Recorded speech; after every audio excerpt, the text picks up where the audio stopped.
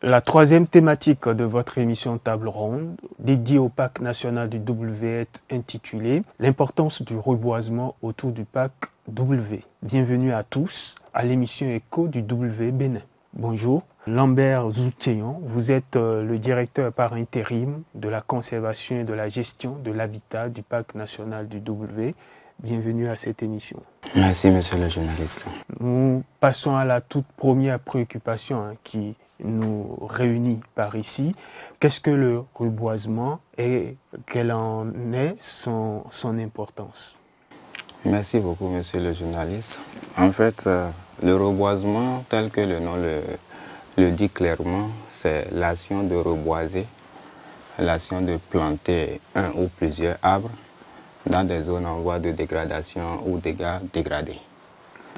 Et son importance, en fait, réside dans la restauration des écosystèmes, tels que vous le savez, qui sont déjà dégradés et qu'on veut restaurer. Ça permet aussi de la capture du dioxyde de carbone, mais aussi lutte contre le changement climatique. Pourquoi le parc W s'investit-il dans les actions de reboisement?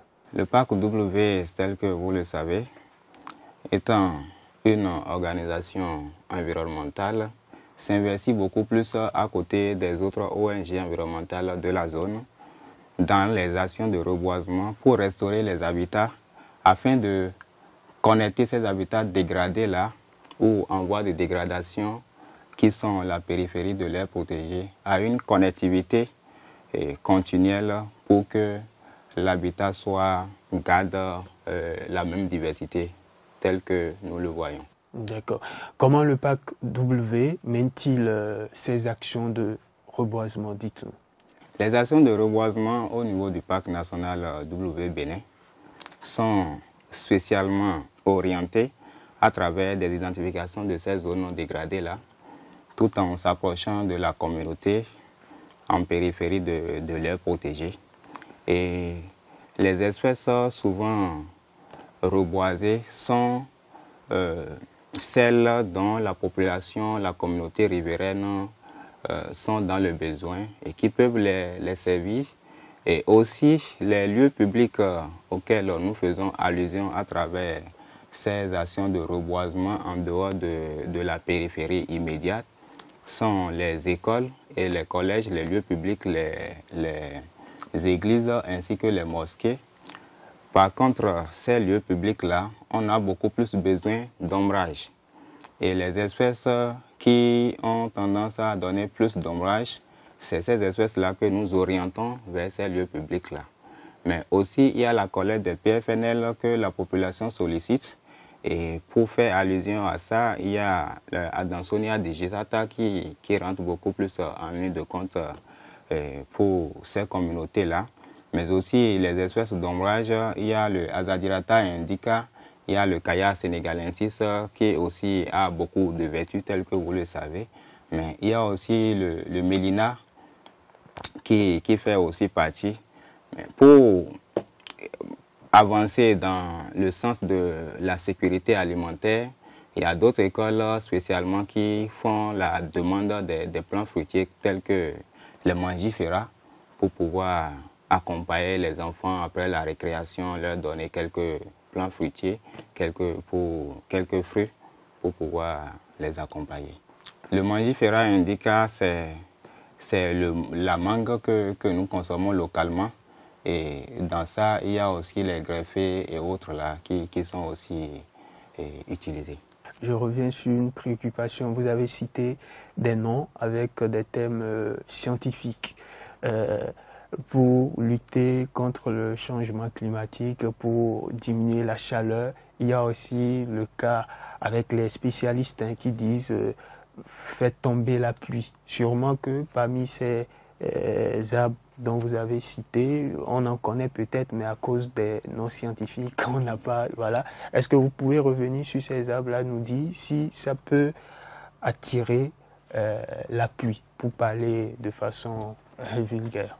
Merci beaucoup encore une fois. Tel que vous le savez, la pluviométrie dans les zones forestières sont beaucoup plus élevées que les zones savanicoles. Et tout cela réside dans le fait qu'on a plus d'ombrage, on a plus d'humidité et tout cela est attiré par la pluie et on a une quantité de pluie très variée dans ces milieux-là.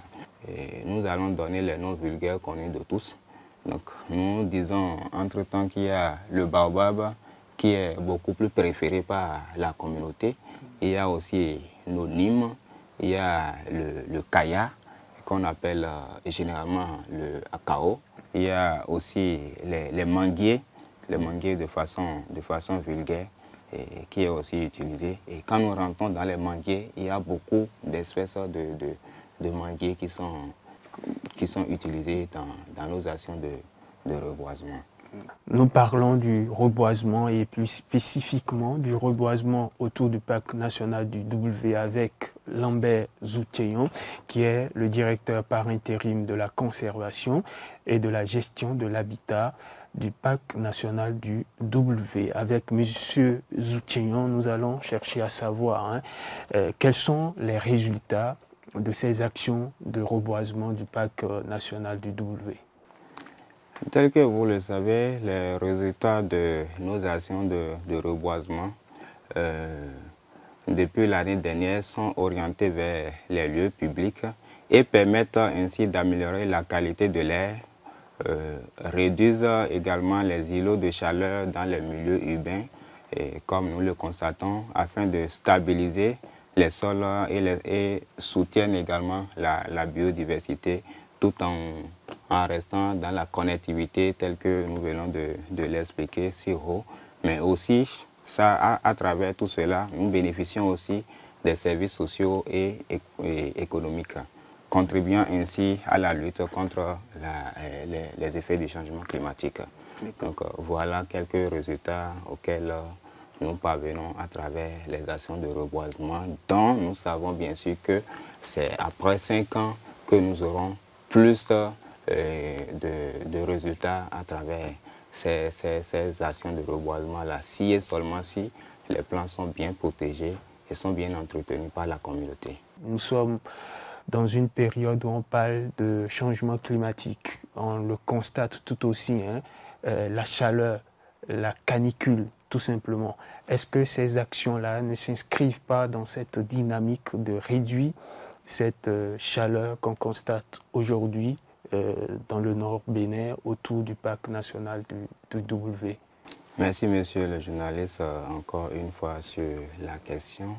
Et tel que vous le savez, nos actions sont parfaitement inscrites dans la lutte contre les effets du changement climatique et c'est beaucoup plus pour ça que nous luttons à ce que les lieux publics tels que les écoles et les collèges s'inscrivent directement pour opter vers les plans d'ombrage pour que les élèves, les écoliers aient beaucoup plus d'ombrage dans ces lieux publics-là afin de mieux se divertir et de mieux apprendre pour que nous ayons des résultats probants. Merci pour ces précisions-là. J'espère que tout le monde a pu mettre le doigt sur le type d'arbre dont vous avez parlé un peu plus haut. Et cette fois-ci, dites-nous, M. Zoutcheyon, les perspectives liées à ces actions-là. Merci beaucoup, monsieur le journaliste. En fait, les perspectives qui sont inscrites dans nos actions de reboisement sont beaucoup plus incluses dans l'expansion des zones reboisées et l'intégration des nouvelles techniques de reforestation, mais aussi l'engagement accru des communautés locales à pouvoir protéger ces plans-là pour que nous ayons des résultats probants sur de long terme. Et cela renforcera aussi notre collaboration avec cette communauté riveraine et ainsi que nos différents partenaires à l'international pour gagner plus de financement et afin de lutter contre les effets du changement climatique. Lambert Zoutcheyon, vous êtes le directeur par intérim de la conservation et de la gestion de l'habitat du parc national du W. Nous sommes à la fin de cet entretien, de cette émission, pardon.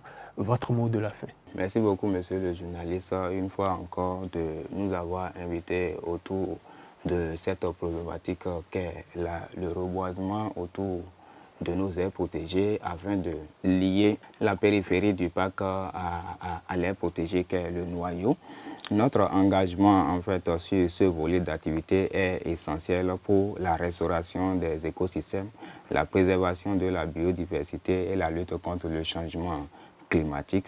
Mais nous restons déterminés à poursuivre ces efforts en collaboration avec les communautés locales et nos partenaires pour assurer un avenir durable et prospère pour notre parc et les générations futures. Nous exhortons la communauté à pouvoir nous accompagner pour que ces plans mis en terre à côté d'eux puissent être bien entretenus.